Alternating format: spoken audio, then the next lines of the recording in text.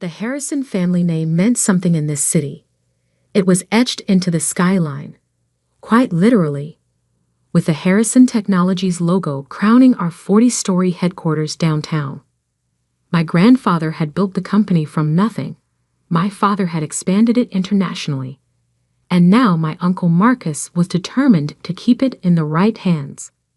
The right hands, of course, meant his son Bradley's hands, not mine. Never mind that I'd graduated summa cum laude from MIT while Bradley barely passed business school.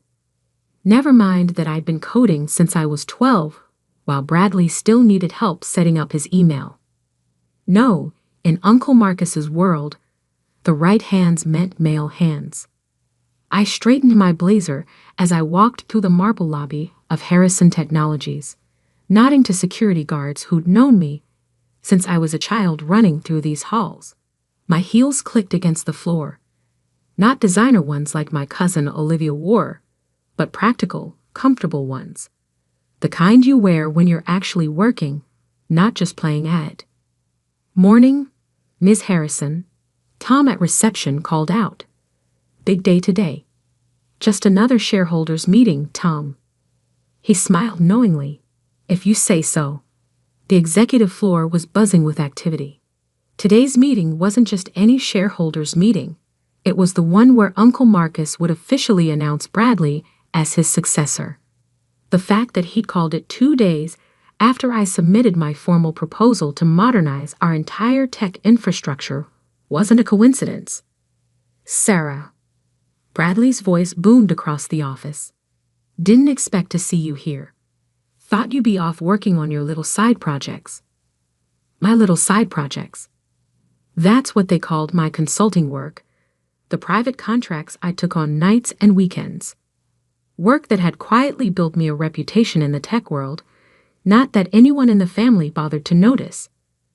"Wouldn't miss it," I replied, keeping my voice neutral. The boardroom was already filling up. Uncle Marcus held court at the head of the table, Bradley at his right hand. My father would have been on his left, but he passed away 3 years ago, leaving his shares to me. Shares that Uncle Marcus had been trying to buy ever since. "Sarah, darling," my Aunt Patricia air-kissed my cheek. "That's a interesting choice of outfit." I glanced down at my simple black suit. No fancy labels, just clean lines and good tailoring. "It's practical." "Of course, dear." She patted my arm condescendingly. "So like you to be practical." I took my seat as Marcus called the meeting to order. The usual business first: quarterly reports, market projections, development updates. Then came the moment everyone was waiting for. "As you all know," Marcus began, "Harrison Technologies has always been a family company. Today, I'm proud to announce the next generation of leadership." Bradley sat up straighter, adjusting his Rolex, a gift from Marcus for his last birthday. "However," Marcus continued, "before we make that announcement, we need to address another matter." He looked directly at me. "Sarah has submitted a proposal for what she calls a complete technological overhaul of our systems." The room shifted uncomfortably. Everyone knew Harrison Technologies had been falling behind our competitors, but no one dared say it out loud. While we appreciate Sarah's enthusiasm, Marcus's voice dripped with condescension. "We feel her ideas are too radical, too untested. She's not qualified to make these kinds of suggestions for our company." "Uncle Marcus," I spoke up, "the proposal is based on actual market research. Our current systems are outdated. We're losing clients to more innovative competitors." "Losing clients?" Bradley scoffed. "We just signed Global Tech last month. They're the biggest player in the industry." I bit back a smile. Right on cue, the boardroom door opened. "Sorry I'm late," a familiar voice called out. Traffic was terrible. Every head turned to see James Morrison, CEO of Global Tech, walking in. But he wasn't looking at Bradley or Marcus. His eyes found me immediately. "Sarah," he beamed. "There's my favorite CEO.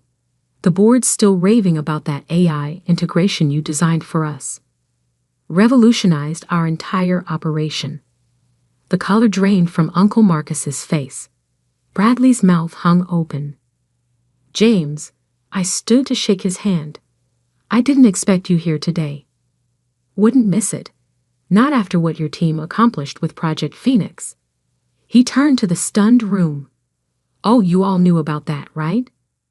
How Sarah's company, Phoenix Technologies, has been quietly transforming the industry.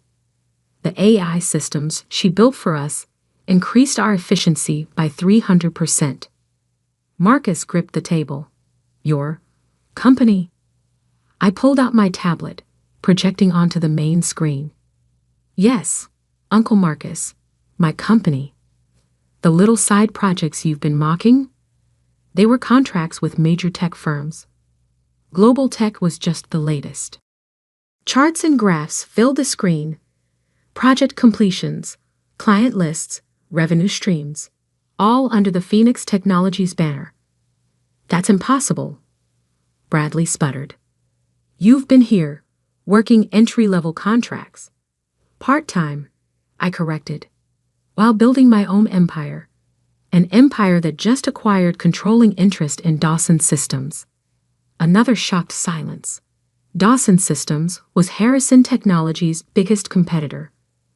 "But," Marcus's voice shook, "but Dawson sold to a private investment group." "Phoenix Ventures," I supplied.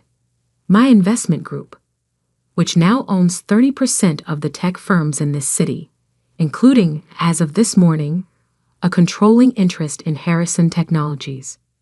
I clicked to the final slide, a breakdown of company ownership.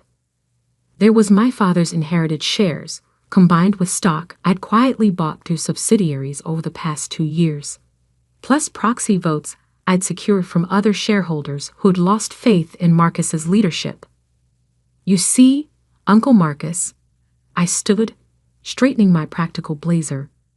"While you were focused on keeping me in my place, I was focused on building something better. And now," I smiled, "now I don't need your approval to implement my proposals.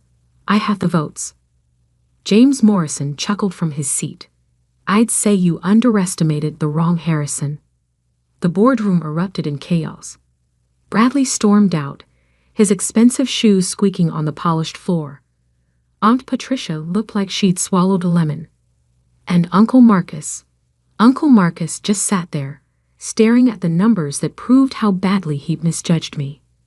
"The shareholders' meeting will reconvene in 1 hour," I announced. "We have some leadership changes to discuss."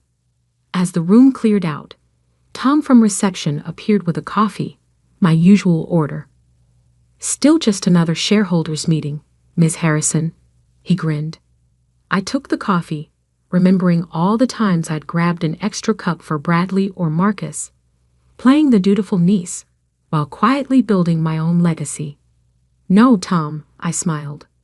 "This one's different. This one's just the beginning. Because sometimes the best revenge isn't just proving people wrong, it's proving yourself right in ways they never saw coming." The hour between meetings felt like watching a storm roll in. I sat in my father's old office, kept exactly as he'd left it, though Uncle Marcus had tried multiple times to have it modernized. Through the glass walls, I could see the chaos unfolding. Bradley was in the break room, tie loosened, arguing furiously into his phone, probably calling his trust fund manager, checking if he could afford to leave the company. He couldn't. I'd already confirmed that his expensive lifestyle had left him deeply in debt. Aunt Patricia fluttered between groups of shareholders trying to damage control, her perfectly manicured hands gesturing frantically as she attempted to spin the situation.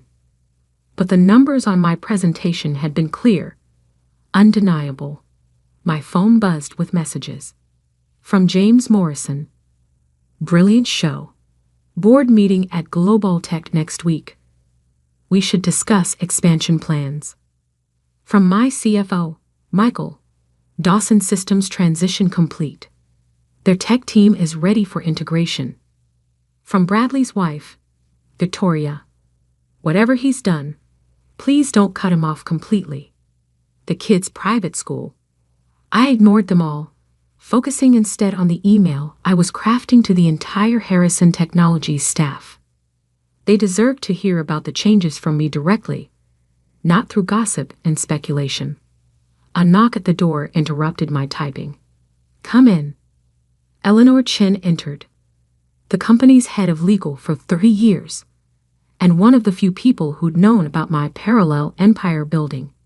She'd been my father's closest advisor, and after his death, she'd become mine.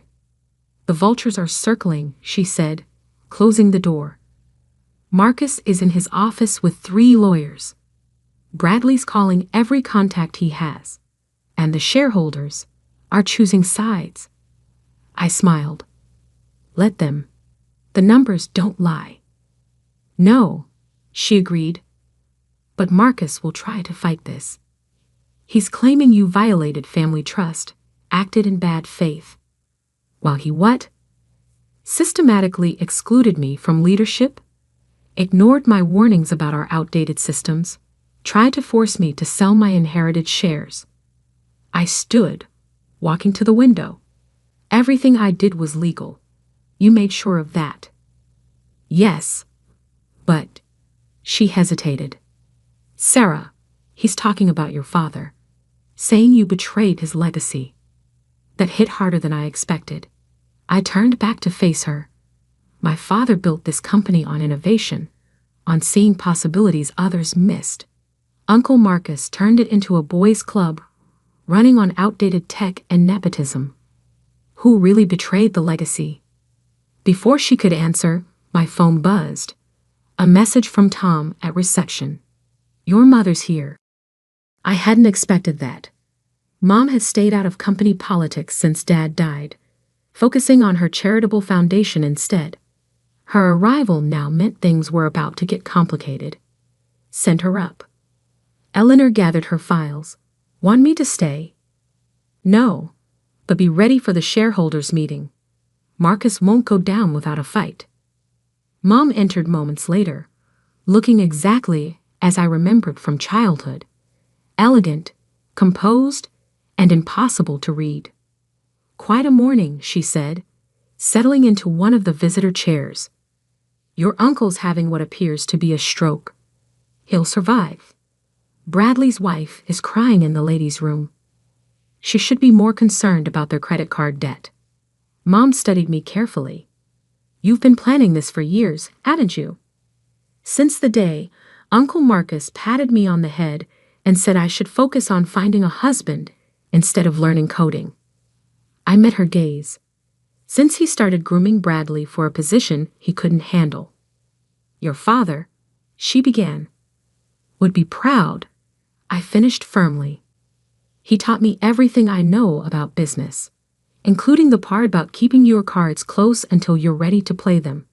A small smile touched her lips. He did always say you were the smartest one in the family. She reached into her bag, pulling out a worn envelope. He also left this for you. Said to give it to you when the time was right. I think this qualifies. The envelope contained a single sheet of paper, a letter dated 3 months before his death. Dear Sarah, if you're reading this, you've finally done it. Taken control. Proved what I always knew, that you were born to lead, not follow. Marcus never understood that innovation doesn't care about gender or age. It cares about vision. I've watched you building your own empire in secret, using the lessons I taught you about patience and strategy. I've seen your name rising in tech circles while the family remained oblivious, too busy protecting their own positions to notice the future passing them by. You're probably wondering why I didn't stop Marcus from sidelining you. Truth is, you needed that challenge. Needed to build something on your own, without the family name opening doors. What you've created is yours. Truly yours. The company is changing. Technology is changing. The old ways won't work anymore. Harrison Technologies needs a leader who understands that. Who can bridge the old and the new? Make me proud, sweetheart. Show them what a Harrison can really do. Loved, Dad. I folded the letter carefully, fighting back tears. Mom reached across the desk, squeezing my hand. He knew, she said softly. He always knew you'd be the one to save the company. A knock at the door. Elena again. It's time. Everyone's reassembling. I stood, straightening my blazer, ready to watch Uncle Marcus's world implode. Mom smiled, a real smile this time. Lead the way, CEO. The boardroom had transformed in the past hour. The chaos had crystallized into clear battle lines. On one side, Marcus's old guard, looking nervous. On the other, younger executives and shareholders who'd seen the writing on the wall. Bradley's seat was conspicuously empty. Marcus stood as I entered, his face tight with barely controlled rage. Before we continue, I have something to say. No, I cut him off, taking my place at the head of the table. You've done enough talking. For years, actually. I nodded to Eleanor, who began distributing folders. These are the new organizational charts, effective immediately. Harrison Technologies is merging with Phoenix Technologies. Our systems will be fully integrated within 6 months. You can't do this. Marcus slammed his hand on the table. This company is my legacy. No, Uncle Marcus, it's my father's legacy, and he left it to me for a reason. I clicked to the first slide of my new presentation. Now let's talk about the future. The real future, not the outdated version you've been clinging to. As I outlined my vision for the company, AI integration, quantum computing, blockchain innovation, I watched the room shift. The old guard's resistance crumbling in the face of actual progress. The younger executives leaning forward, energized by possibility. James Morrison, still there from earlier, caught my eye and nodded approvingly. He knew what this meant for the industry. Knew that Harrison Technologies was about to become a true tech leader again, not just a family business running on reputation. Uncle Marcus stayed silent, but his face said everything. The empire he thought was his was slipping away, transforming into something he couldn't control or even understand. And I was just getting started. One more thing, I said as I concluded the presentation. Bradley's office will be converted into our new AI development lab. He can clear it out by tomorrow.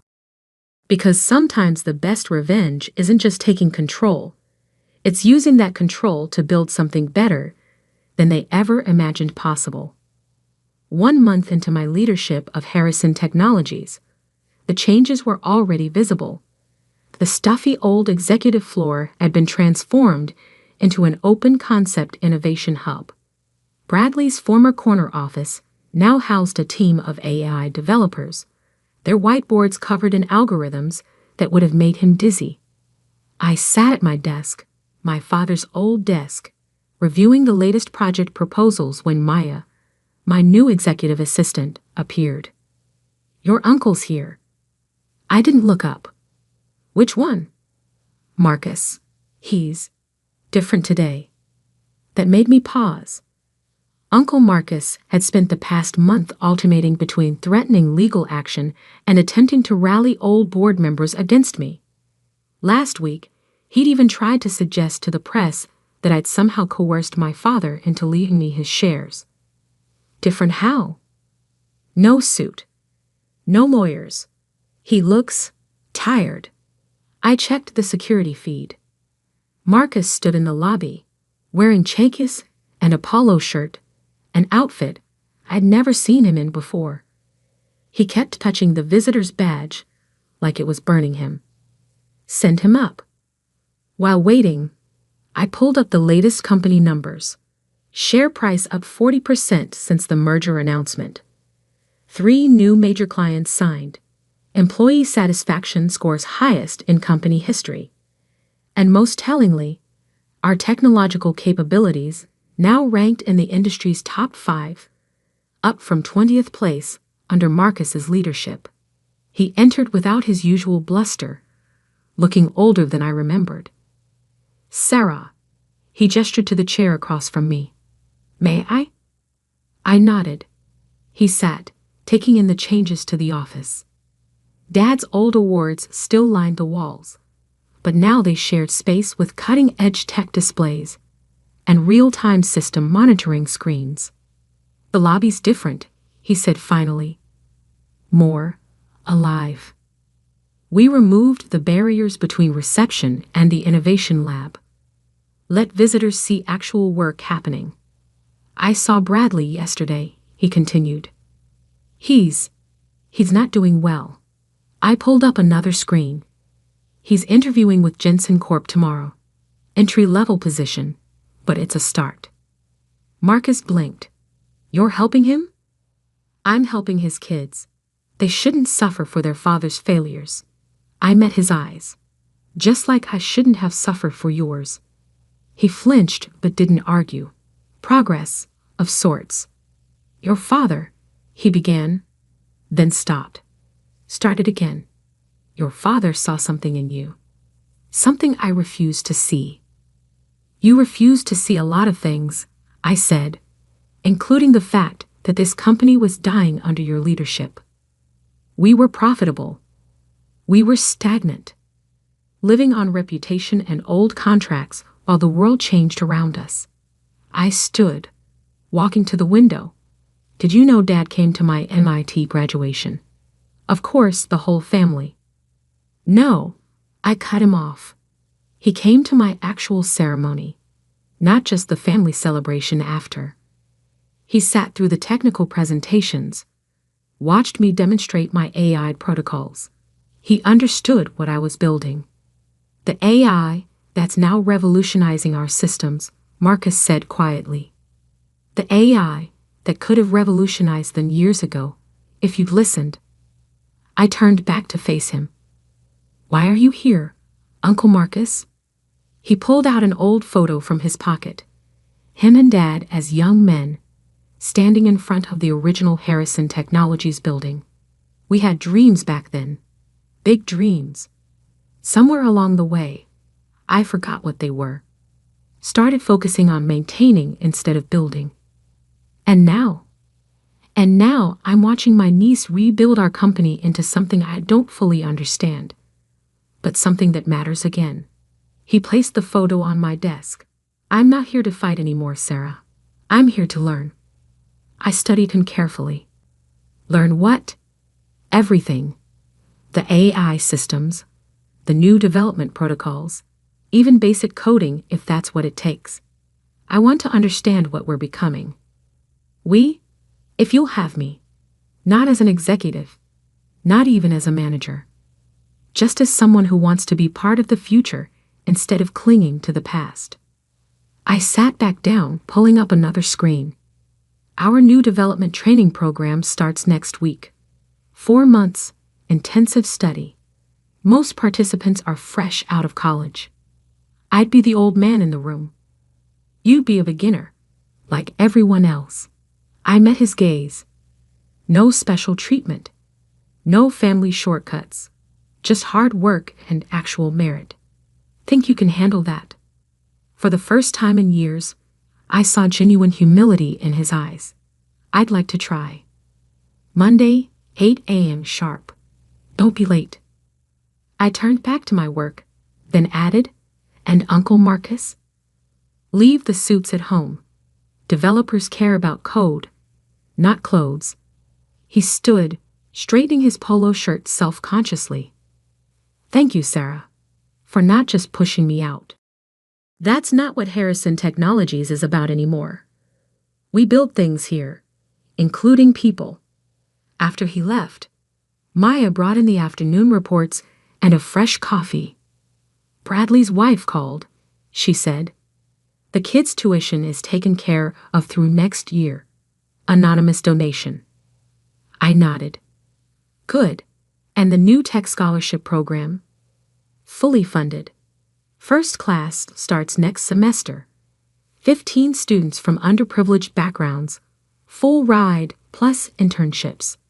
Make it 20, I said.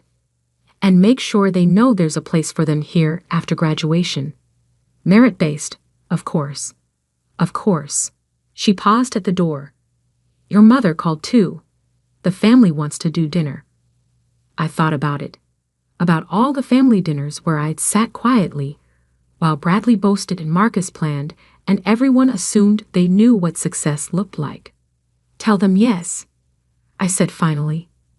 But here, not at the house. I want them to see what we're building. That evening, working late as usual, I added another photo to the wall. Not the old one of Marcus and Dad, but a new one taken at last week's hackathon. Dozens of developers, including several who'd been with me secretly at Phoenix Technologies, all working together to create something revolutionary. In the background, you could see my father's old awards, reminding us where we came from. But the future? The future was in the lines of code filling the whiteboards, in the young faces eager to innovate, in the way we were transforming a family business into a true tech leader. My phone buzzed. A message from James Morrison. Board meeting tomorrow. Ready to show them what real innovation looks like. I smiled, looking out over the city where Harrison Technologies had always been a landmark, but was now becoming a beacon. Always ready, I typed back. After all, the future belongs to those who build it. And we were building something extraordinary. The next morning, I arrived early as usual. Tom was already at his post in the redesigned lobby, watching young developers stream in with their coffee and laptops. Morning, Miss Harrison, he called out. Another big day. I spotted Uncle Marcus in the crowd, clutching a laptop of his own, looking both nervous and determined. No, Tom, I smiled. Just another day of building the future. Because sometimes the greatest revenge isn't in tearing down the old power structures, but in transforming them into something better than anyone imagined possible, even family.